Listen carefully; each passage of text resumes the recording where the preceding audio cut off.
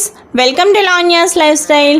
Friends, ఈరోజు నేను కొత్త అమావాస్య రోజు గ్రామదేవత అమ్మవారికి నైవేద్యాలు ఎలా పెట్టానో, అలాగే ఎలా పూజ చేసుకున్నానో ఈ వీడియోలో మీ అందరితో కూడా నేను షేర్ చేయాలనుకుంటున్నానండి.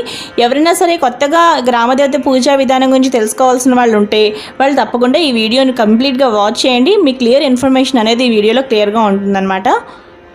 కొత్త అమావాస్య అని ఎందుకంటారంటేనండి, ఉగాదికి ముందు రోజు మనకి ఈ అమావాస్య అనేది వస్తుందన్నమాట. అందువల్ల దీన్ని కొత్త అమావాస్య అంటారు. ఉగాది నుంచి మనకి కొత్త సంవత్సరం ఎలాగా ప్రారంభం అవుతుంది, ఆ ఉగాదికి ముందు రోజు వస్తుంది కాబట్టి కొత్త అమావాస్య అనే పేరు ఉందండి.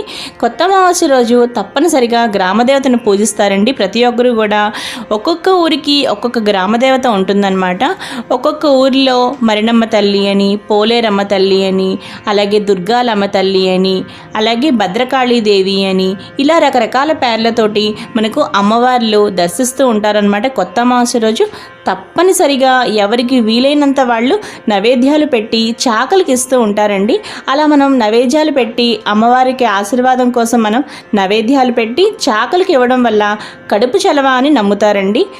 అలాగే గ్రామదేవత పూజ ఎలా చేసుకోవాలి అంటేనండి, దేవత పూజ చేయాలనుకుంటున్న వాళ్ళు, అలాగే అమ్మవారికి కొత్త అమావాస్య రోజు నైవేద్యాలు పెట్టాలనుకుంటున్న వాళ్ళు ఏం చేయాలంటే, ఉదయాన్నే లేచి చక్కగా తలస్నానం చేసి అమ్మవారికి చక్కగా మనం ఈ విధంగా చక్కగా ఒక పీట తీసుకుని ఆ పీటకు చక్కగా పసుపు రాసి చక్కగా బియ్య పిండితో ముగ్గులు వేసి చక్కగా కుంకుమ బొట్లు పెట్టి ఈ విధంగా మనం అలంకరించుకొని చక్కగా నైవేద్యాలు పెట్టాలండి.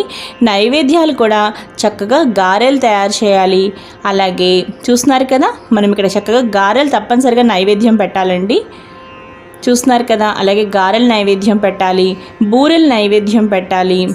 అలాగే మనం వేడి ఉపారం, చల్లని ఉపారం అని ఇక్కడ మనం ఒక విషయం చెప్పుకోవాలండి. బూరెలు గారెలు పెడుతూ ఉంటాము, దానితో పాటు వేడి ఉపారంగా చక్కగా మనం పెసరపప్పుని ఉడికించి పెడతామండి.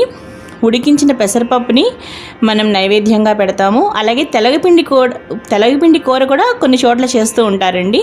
తెలగపిండి కూర కూడా కంపల్సరీగా పెడుతూ ఉంటారు.